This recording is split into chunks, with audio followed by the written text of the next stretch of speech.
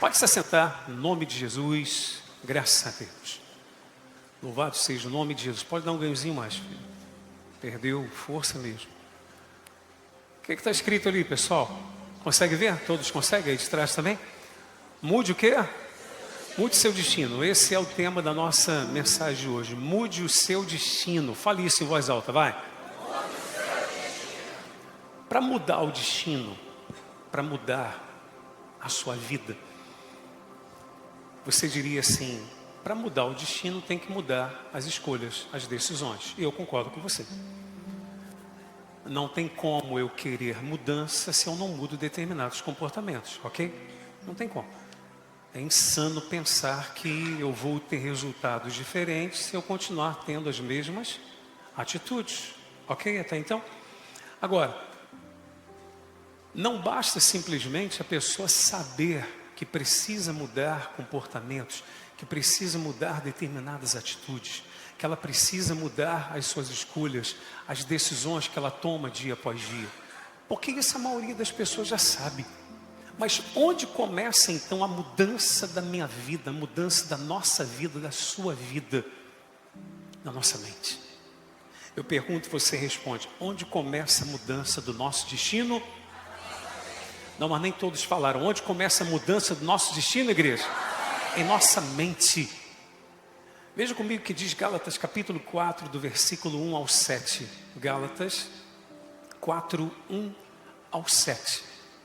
Digo, pois, que durante o tempo em que o herdeiro é menor, ou seja, ainda menino, em nada difere de escravo, posto que é ele senhor de tudo.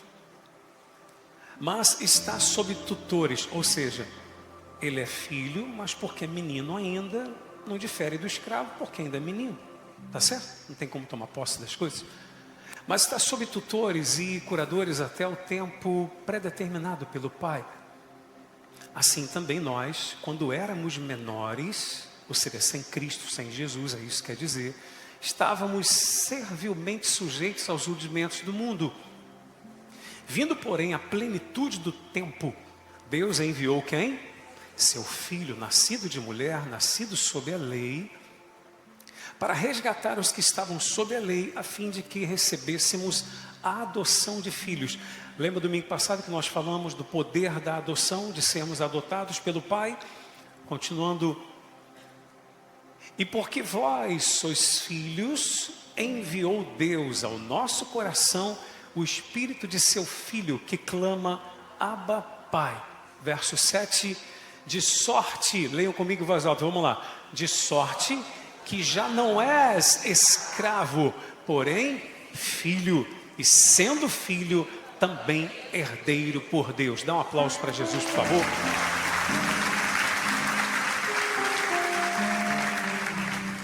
Se sou filho, sou herdeiro. Repete isso, igreja. Amados, presta atenção aqui. De que adianta uma pessoa ser filho, mas ter a mente de escravo? Deus disse: chamei o meu filho do Egito.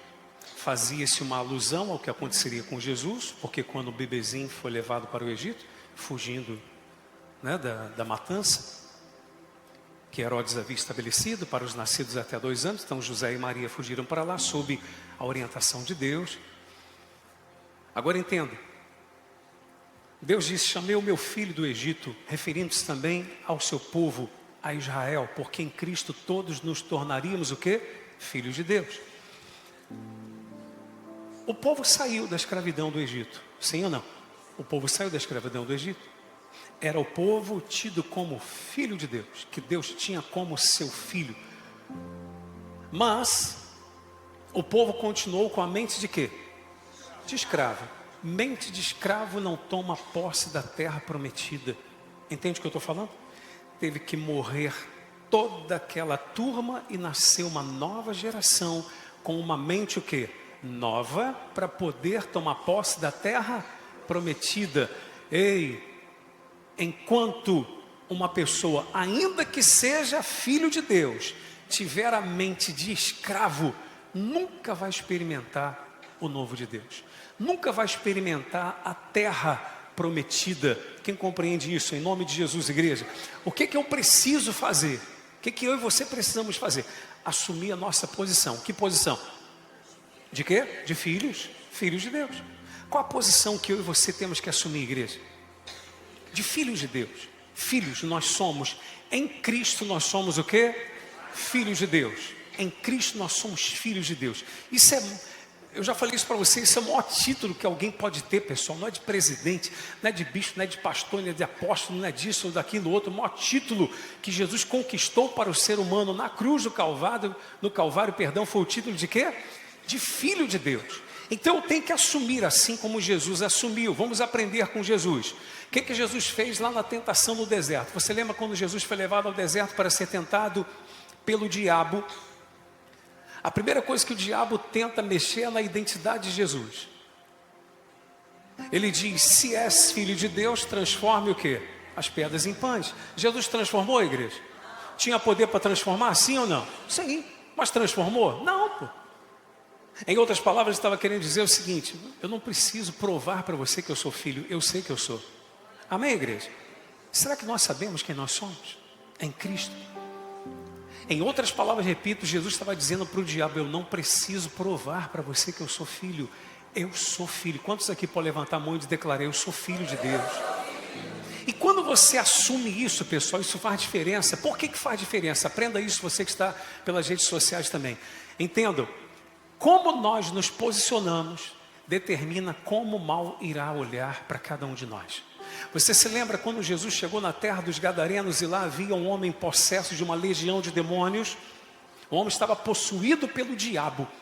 Quando Jesus desce do barco juntamente com os discípulos lá na terra dos Gadarenos, a primeira coisa que acontece, aquele espírito maligno manifestado naquele homem olha para Jesus, corre ao seu encontro, se prostra e diz: que tenho eu contigo, ó Filho de Deus. Ele reconheceu que quem estava chegando ali? Ei, se você assumiu Jesus como Senhor e Salvador, se alegra, meu amado. Porque aonde você chegar, se tiver um mal, ele vai olhar para você e vai saber: chegou um Filho de Deus aqui. Amém, igreja? Chegou um Filho de Deus aqui. É isso. Olha que interessante. O diabo não olha para Jesus. Quem estava com Jesus? Quem? Os apóstolos, os discípulos. Ele não diz assim: que tenho eu com vocês, filhos de Deus. Não, os discípulos não tinham consciência ainda disso, de que eram filhos. Entende o que eu estou falando? Mas tinha um ali que sabia que era filho. Então o diabo fala com esse: que tenho eu contigo, ó Filho de Deus, Filho do Deus vivo. Como nós nos posicionamos, como nós assumimos, é assim que seremos olhados pelo mal. Por que o senhor está falando do mal? Porque a nossa luta é contra ele, não tem como fugir disso. Amém? Não tem esse negócio: deixa o diabo na dele, eu fico na minha. Não tem essa. A Bíblia diz que ele anda em derredor como leão que ruge, procurando o quê? Alguém para devorar. Coloca aí para mim João capítulo 5, verso 19. Vamos aprender algumas coisas importantes aqui. João capítulo 5, versículo 19, vai dizer assim: então lhes falou Jesus: em verdade vos digo que o Filho nada pode fazer de si mesmo, senão somente aquilo que vir, verbo ver, o Pai fazer. Porque tudo o que este fizer, o Filho também semelhantemente o faz. O que Jesus está dizendo? Eu faço o que eu vejo meu Pai fazer. Em outras palavras, eu imito o meu Pai, eu imito meu Pai. O que meu Pai faz, eu faço. Pronto, acabou. Aonde a gente entra nessa, bispo? Efésios capítulo 5, verso 1. Coloca aqui, por favor, você de casa também acompanhe comigo. O que está escrito aqui, igreja? Sede, pois, imitadores de Deus, como filhos amados. Toda a igreja, fala esse versículo em voz alta, vai. Sede, pois, imitadores de Deus, como filhos amados. O que a Bíblia está dizendo aqui? Assim como Jesus disse: eu imito meu Pai, a Bíblia está dizendo que nós devemos o quê? Imitar o nosso Pai. Quem é o nosso Pai? Nosso Pai é Deus. Ei, eu sei que há pessoas que a palavra Pai para elas soa às vezes de uma forma até que pejorativa ou ruim, por causa da experiência paterna dela. por causa exatamente do pai biológico dela. Por que Jesus veio a esse mundo dizendo: em mim vocês se tornam filhos, filhos de um pai que cuida, que ama, que te quer bem? Eu já mostro para você que essa é a vontade de Deus de fato. Por que Jesus fala isso? Porque Ele sabe que existem pessoas que a experiência paterna dela é terrível, é horrível. Então em Cristo você é adotado por esse pai. Lembra que eu falei semana passada que quando a Bíblia fala adotado, Paulo escreveu para os romanos, só para você refrescar a memória. E o romano entendia disso, que o poder de uma adoção. Um filho biológico, o romano poderia até não aceitar, não querer, desprezar, mas o filho adotivo não. Ele não podia desprezar aquele filho. Por que não podia? Porque ele escolheu aquele filho. Ele escolheu aquele filho. Amém?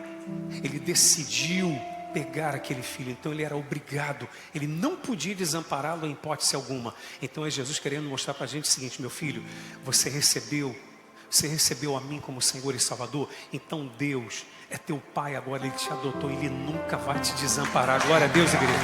Nunca vai te desamparar, meu irmão. Aí é o seguinte: aí eu tenho que imitar Deus. Vou imitar Deus como assim, bicho? Como é que eu vou imitar Deus, poxa? Como é que eu vou imitar Deus? Qual é o tema da mensagem de hoje? Quem lembra? Mude o seu destino. O que eu falei que é preciso para mudar o destino? Você entender que é preciso mudar suas escolhas e decisões. Mas para mudar as escolhas e decisões, é preciso mudar onde primeiro? A mente. É preciso mudar a mente. E olha como é que Deus trabalha. A Bíblia está dizendo que eu e você devemos ser imitadores de Deus. Olha o que diz Isaías capítulo 14, verso 24. Vai aparecer aqui Isaías 14, 24. Todos leiam comigo, por favor. Jurou o Senhor dos exércitos. Quem é o Senhor dos exércitos? Diga: meu pai. Eu pergunto, você fala: quem é o Senhor dos exércitos, igreja? É o meu pai, é o Senhor dos exércitos, amém? Jurou o Senhor dos exércitos dizendo: como pensei, assim sucederá. E como determinei, assim se efetuará. Toda a igreja, a partir do como? Como pensei, assim sucederá. E como determinei, assim se efetuará. Só vocês agora forte. Como pensei, assim sucederá. O que a gente aprende aqui? A Bíblia está dizendo que eu tenho que imitar quem? Deus. Como é que Deus trabalha? Primeiro pensa, depois fala. Amém? Qual é a ordem? Pensa e fala. Qual a ordem, igreja? Pensa e fala. O que tem inundado a nossa mente? O que a gente tem pensado, honestamente? O que você tem pensado a respeito do seu casamento? O que você tem pensado a respeito do seu filho? O que você tem pensado a respeito do seu trabalho? O que você tem pensado a respeito da igreja, do ministério? O que você tem pensado a respeito da sua vida espiritual? O que você tem pensado? Coisas boas ou coisas ruins? Bicho, mas diante dos meus olhos tudo está ruim. Por isso que o apóstolo Paulo disse: vivemos por fé e não por vista. Você tem que tomar uma decisão. Enquanto você viver pelo que os olhos veem, você vai sentir toda a dor do que os seus olhos estão vendo. Entende o que eu estou falando? A partir do momento que você decide olhar para o alvo, para o objetivo, você sente o que o objetivo oferece para você. Amém? Está claro isso, igreja? Como pensei, sucederá. Como determinei, acontecerá. Então Deus pensa e fala. Deus o quê? Pensa e fala. Pensa o que você quer para si e para a sua vida e fala. Eu faço uma pergunta para você, para mim também. Nós agimos assim, igreja? Sejamos honestos. Será que agimos assim todos os dias? Será que procedemos assim? Será que o casamento não está uma droga, uma desgraça, porque você vive falando: meu casamento não tem mais jeito não? Meu casamento tem saída não. Minha esposa não tem mais jeito, meu marido não tem mais jeito. Meu filho é só Jesus mesmo, meu filho não tem solução. Sabe o que vai acontecendo? Você bloqueia qualquer possibilidade de mudança. Eu já disse isso para você, desse fenômeno que acontece no cérebro quando você passa tanta informação negativa para ele, o bloqueio emocional. Você bloqueia tudo. É como aquele exemplo que volta e meia a gente dá. Você já deve ter acontecido isso contigo. Você estava convencido de que tal elemento não estava em um cômodo da casa. Aí você disse para sua mãe: mãe, não está aqui. Aí ela diz, vai lá que tá, e você vai. E fala, mãe, não tá. Aí ela disse o que para você? Eu vou lá e vou achar e vou fazer o quê? Vou fazer o quê, pessoal? Vou esfregar na tua cara. Qual a mãe que já falou isso pro filho aqui? E pior que o filho não acha, rapaz. E o negócio na cara dele. A mãe vai lá e pega, tá aqui, rapaz. Nem olhou. Mas por quê? Porque ele passou uma informação para o cérebro de que aquilo não estava lá, então bloqueou. Quem sabe você não tem bloqueado ver as possibilidades que Deus apresenta diante de você? O problema às vezes não é que Deus não te deu a possibilidade ou a oportunidade, o problema é que às vezes você não consegue enxergar por causa da sua mente, por causa do que está na mente. Você já disse que não tem saída, você já disse que não tem jeito, você já disse que não dá, você já disse que jamais vai sair dessa situação. Ah, bicho, mas como é que eu vou saber que Deus tem algo bom para mim? Veja comigo aí, Jeremias 29:11, coloca aqui por gentileza. Isso aqui é pensamento de Deus, tá legal? Eu é que sei, isso aqui é o nosso Pai falando. Quem está falando? O nosso Pai. Eu é que sei que pensamentos tenho a vosso respeito, diz o Senhor. Pensamentos de quê? De paz e não de mal. Quais são os pensamentos de Deus para a gente, igreja? De paz e não de mal. Quais são os pensamentos de Deus para a gente? De paz e não de mal, para vos dar o fim que desejais. Aí alguém diria assim, ah bicho, mas eu conheço pessoas que estavam com Jesus e morreram doentes. E elas não estão melhores do que a gente não? Agora? O problema é como você vê. O problema é como você enxerga. Eu ia falar um negócio que não vou nem falar. Tá bom, eu falo. Presta atenção aqui. Hoje em dia, meu irmão, a pessoa está firme com Jesus. Não é que eu deseje isso para você. Não estou falando isso não. Mas você vai entender o que eu digo. Hoje em dia a pessoa está firme com Jesus, meu irmão. Se Deus está levando logo, aleluia. Porque o rumo que o mundo está tomando, você consegue perceber daqui a uns anos como é que vai estar isso aí? Consegue perceber? Hein? Às vezes tem gente que fala assim, não bicho, mas você vê. Às vezes nós vemos aí, né, até as emissoras de televisão fazendo programações de assuntos bem pertinentes, atuais, de coisas que estão acontecendo para defender nossas crianças. Conversa, pessoal. Conversa. Você viu aí nos últimos dias uma denúncia de um rapaz a respeito da adultização e sexualização de criança. Diz para mim, qual a emissora de televisão que mais trabalhou para adultizar criança e sexualizar criança? Diz para mim, por favor. E agora dá uma de santa, fazendo programas para defender. Ei, abre a mente, pessoal. Conversa, meu irmão. E aquele tempo aqui, uma exposição, homens nus, crianças sendo levadas para tocar. Aquilo ali era arte, então. Não é sexualização, não é adultização de criança, não, né? Mas o que os políticos fazem agora, as emissoras? É o assunto que está em alta, em pauta. Vamos entrar com esse assunto para que as pessoas vejam que nós defendemos. Conversa, pessoal. Desculpa falar isso para você, mas eu estou exagerando ou é verdade o que eu estou dizendo? Verdade, pô. Verdade.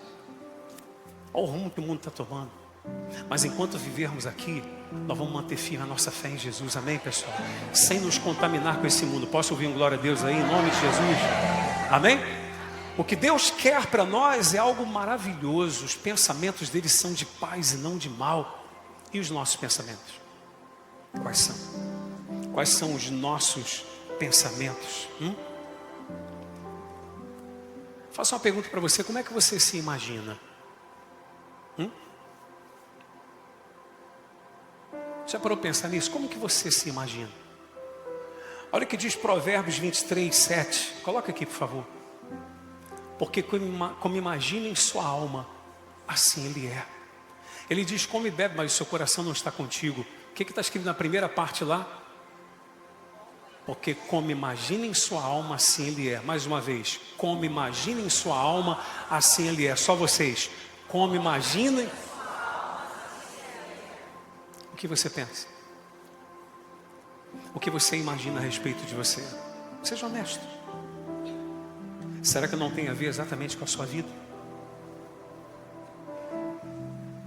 Pensamento gera sentimento, que produz o quê? Ação, comportamento. Se eu pedir para todo mundo aqui começar a pensar só em coisa ruim, você vai ficar como? Mal. Está arriscado você até começar a chorar.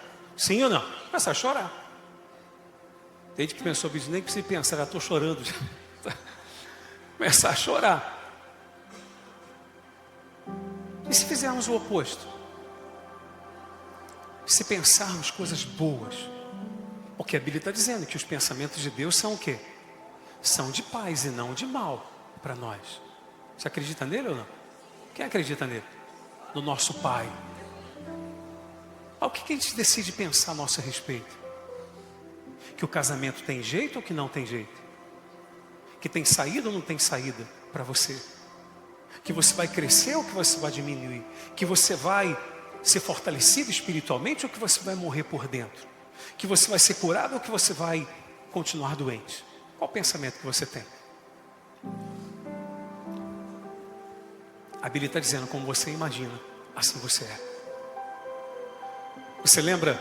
Eu não sei o autor, tá? Dessa... Não sei. E desculpe que eu não procurei. Desculpe. Dessas frases que eu vou mencionar aqui para você agora, você já deve ter ouvido falar. Mas quando a Dama de Ferro, Margaret Thatcher, falou isso, o mundo inteiro adotou, né? Uma mulher muito conhecida, enfim.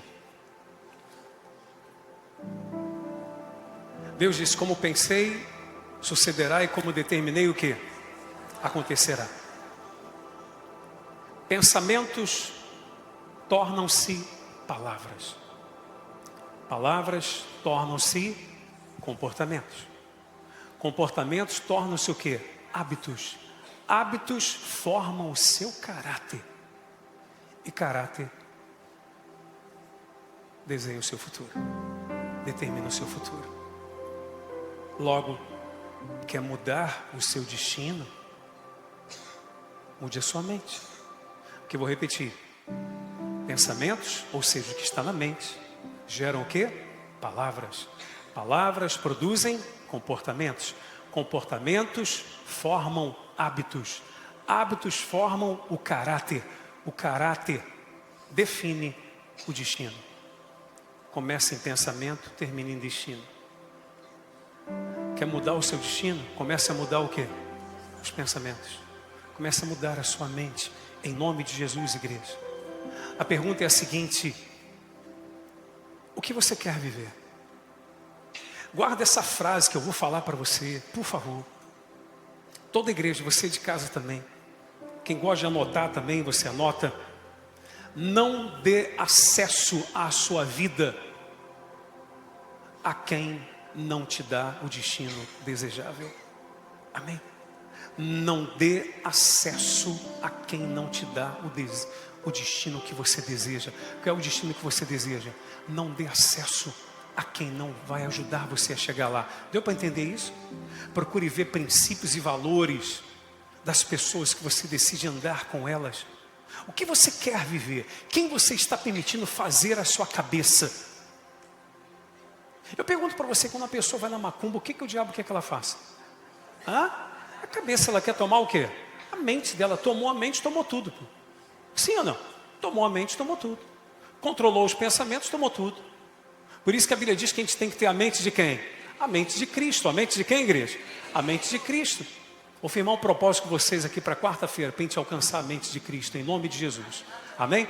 Amados, o caminho é esse. Pensamento. Tudo começa no pensamento, tudo começa na sua mente. Aquilo que você está pensando, e você já deve ter ouvido falar isso, a sua mente mente para você. A maioria dos pensamentos que você tem, inclusive os negativos, em especial os negativos, em especial os catastróficos, estão mentindo para você. Não são verdade, nunca vão acontecer. Nunca vão acontecer. Entende isso, igreja? Eu pergunto, o que você quer viver? Você quer viver milagres? Então leia sobre milagres. Ande com quem acredita em milagres.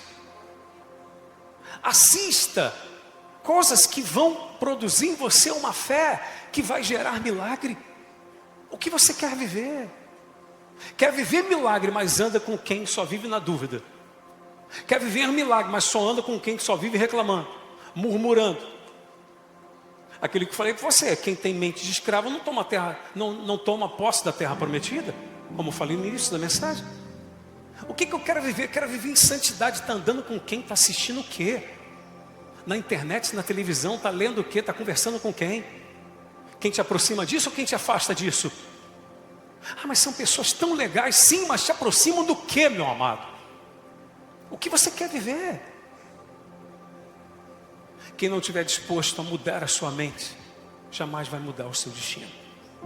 Mudança de destino está atrelada diretamente a quem está disposto a mudar a sua mente. Digam graças a Deus.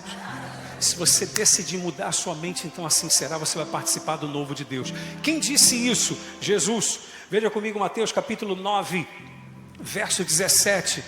Último versículo que eu quero mostrar para você. Nem se põe o quê? Vinho novo em odres velhos. Não se põe vinho novo em odres velhos. Do contrário, rompem-se os odres, derrama-se o vinho e os odres se perdem. Mas o que tem que fazer? Jesus diz: mas põe-se vinho novo em odres novos e ambos se conservam. Quem quer experimentar o novo de Deus na sua vida aqui? Então tenha uma mente nova, meu amado. Abra sua mente. Por que Paulo foi quem ele foi? O que Paulo dizia? Tudo posso naquele que me fortalece. Qual era a palavra dele, igreja? Qual era a palavra de Paulo, igreja? Tudo posso naquele que me fortalece. Estava tudo dando errado, aparentemente, passando um maior aperto, mas ele dizia: eu posso naquele que me fortalece. Não são as circunstâncias que me fortalecem, mas aquele que eu creio. Então nele tudo eu posso. Quantos de nós falamos isso, mas falamos de verdade? Ou só fala quando a Bíblia, ou melhor, quando aqui na igreja é dito: vamos lá, toda a igreja declare, tudo posso naquele que me fortalece. Você fala, tudo posso naquele que me fortalece. Mas quando termina o culto, já vem reclamar da vida. Ou já sai da igreja dizendo: posso nada. Aí depois a culpa é de Deus, filho. A culpa é do pastor, da igreja. Ah, estou lá, minha vida não muda. Não transforma porque não transformou a mente. Você conhece o versículo de Romanos capítulo 12, verso 2, não conhece? O que está escrito lá? Que para experimentar a boa, perfeita e agradável vontade de Deus, tem que o quê? Transformar a mente. Acabou. Se não transforma a mente, se a mente é velha ainda, vai continuar experimentando o velho que está fazendo parte da sua vida. Mente nova, experimento novo de Deus. Jesus que falou. Vamos mudar a mente, pessoal. Em Cristo nós podemos. Glória a Deus, igreja. Nele nós podemos. Há um nome que está acima de todo nome, que é o nome de quem? O nome de Jesus. Em breve nós já estamos preparando o nosso coração. Vamos fazer aquele propósito aqui que uma vez no ano a gente faz, hein? Do nome de Jesus, porque nós vamos experimentar algo maravilhoso de Deus para a nossa vida. Amém? Eu estou nessa fé, eu tenho buscado muito a Deus. Aliás, vou falar uma coisa para você. De coração, em nome de Jesus. De coração, em nome de Jesus. Nem quando me converti, porque quando se converte, está aquele primeiro amor, aquela paixão e tal. Hoje, eu, Gerson, e dou graças a Deus por isso, eu tenho tido muito mais tempo com Deus do que em qualquer outro momento da minha vida. Eu não estou falando de obra, de fazer a obra. Tem gente que faz a obra, mas não tem vida com Deus. Pô. Tem gente que faz a obra pra caramba, mas não tem vida com Deus. Estou falando de vida com Deus, de realmente ter tempo com Deus, de procurar ouvir a Deus, de buscar realmente a Deus. Nos últimos tempos você tem me ouvido falar de você priorizar a presença de Deus, porque com a presença de Deus a gente pode tudo, igreja. Em nome de Jesus, amém, igreja? Mas mude a sua mente. Para fechar, vou falar só uma coisa aqui com você rapidinho. Posso falar algo mais, sim ou não? E com esse pode, nem vou falar. Você lembra de Ana? Ana, não é aquela sua vizinha, nem a da cantina aqui não. Você lembra de Ana? Ana e Penina. Ana não podia dar filhos a Eucana, Eucana tinha uma mulher que chamava-se Penina e esta lhe deu uma penca de filhos. Ano após ano elas iam à casa do Senhor. A Bíblia diz que Penina irritava Ana. E Ana, de raiva, não comia e só chorava. Então o marido vinha e dizia: come. Ela: não quero comer. Sabe aquela coisa, está com raiva, está com birra, não quero comer, não quero nada, não vou orar, não vou fazer nada, enfim. Ei, enquanto Ana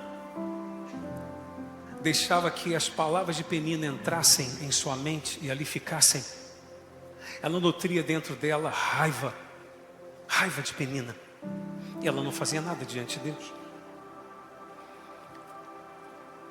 Até que um dia ela decidiu não permitir mais que as palavras de Penina, de afronta, que tentava lhe irritar, que o diabo sabia que o lugar que elas estavam indo, ali estava o Deus vivo, era o lugar onde estava o tabernáculo de Deus, em Siló, onde estava o sacerdote Eli na época. A arca de Deus lá estava. O diabo sabia que ali era o lugar que podia mudar o destino de quem? De Ana. Mas Ana não fazia nada, porque ela se deixava levar por quem? Por Penina, que a irritava. Até que um dia Ana não permite mais que as palavras de Penina entrem na sua mente. E ela vai falar com Deus e faz um voto com Deus: se o Senhor me der um filho varão, homem, eu vou entregar esse filho para o Senhor. E Deus deu a ela o filho chamado Samuel, o grande profeta Samuel. Ela o entregou para Deus e Deus depois lhe deu mais 5 filhos. Amém, igreja? Deus abençoou. Quando que começou a mudança do destino dela? Quando mudou aonde? Aqui, na mente dela. Por isso que eu disse aqui para você guardar aquela frase: não dê acesso a quem não vai dar a você o destino desejável. Não dê acesso à sua mente, não dê acesso à sua vida, não dê acesso ao seu coração. Por isso está escrito: sobre tudo que se deve guardar, guarda o quê? O coração, que é na verdade a mente, que é de onde sai tudo na sua vida, onde começa tudo. Quem compreendeu isso em nome de Jesus? Pare de dar força a palavras negativas, a circunstâncias adversas que jogam você para baixo. Vamos levantar os olhos e olhar para a grandeza de Deus, porque Ele é conosco, está aqui no nosso meio e vai nos honrar em nome de Jesus. Amém, igreja? Glorifica Ele aí se você crê, em nome de Jesus. Fique de pé no seu lugar, meu amado. Em nome de Jesus, tudo posso naquele que me fortalece. Quantos podem dizer isso? Vamos lá. Tudo posso naquele que me fortalece. Tem jeito para a sua vida ou não? Tem jeito. Tem jeito. Sabe o que acontece? Eu falei para você a respeito do bloqueio, né? Mental. Quando você diz que não tem jeito, fica dizendo tanto, a possibilidade passa pertinho de você, a oportunidade você não enxerga. O oposto também é verdadeiro. O oposto é verdadeiro. Quando você começa a declarar coisas positivas a respeito de você, o sentimento que você vai ter é outro dentro do seu coração, porque você está pensando naquela vitória. Então a emoção que aquela vitória gera vai estar dentro de você. Seus comportamentos vão ser diferentes. A sua visão passa a ser diferente. Oportunidades que vão surgir, você vai perceber: isso aqui é para mim, em nome de Jesus. Você vai ver. Amém, igreja? Guardou isso, pessoal? Vamos buscar a Deus nesse instante?